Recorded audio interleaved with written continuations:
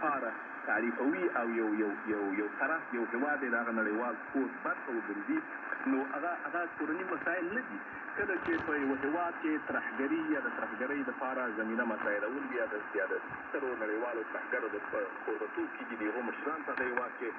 په د جمهوري ریاست په 300 مترۍ کې وژل کېږي، دا د هغه هېواد په کورنۍ مسایلو کې مداخله نه ده، دا ټول نړیوال مسایل دي، د افغانستان مسایل دي او افغانستان د نړۍ برخه ده. په هیڅ عنوان تعلق نشي کولی چې نړۍ څخه دا وغواړي زما د داسې ملاتړ وشي لکه زه یې چې غواړم. همدغه متحده ایالاتونه چې طالبان دا یو کال د متحده ایالاتونو د ماتې هغه جشنونه هره ورځ په هره ناسته کې لمانځي، همدغه متحده ایالاتونو چې په تېر یو کال کې $1.1 بلین یعنې 1900 میلیون ډالر د بشري ناورین د مخنیوي لپاره ورکړی. طالب په خپله د همغه هېواد څخه د خپلو وګړو د ډوډۍ غوښتنه کوي چې هغه هېواد په ماتېدو د ادعا کوي. نو داسې دغه چې کېږي څوکۍ ستاسو د پوښتنې دومره بحث زما له پته مرګه د دغه څوکۍ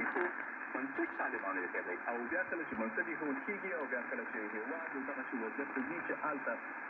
در او دروازه نه وي یا هم مسؤلیتونه نه وي یا هم اداره نه وي، هر څوک کولی شي هلته تمثیل وکړي. خو تر ټولو ډېر له بده مرغه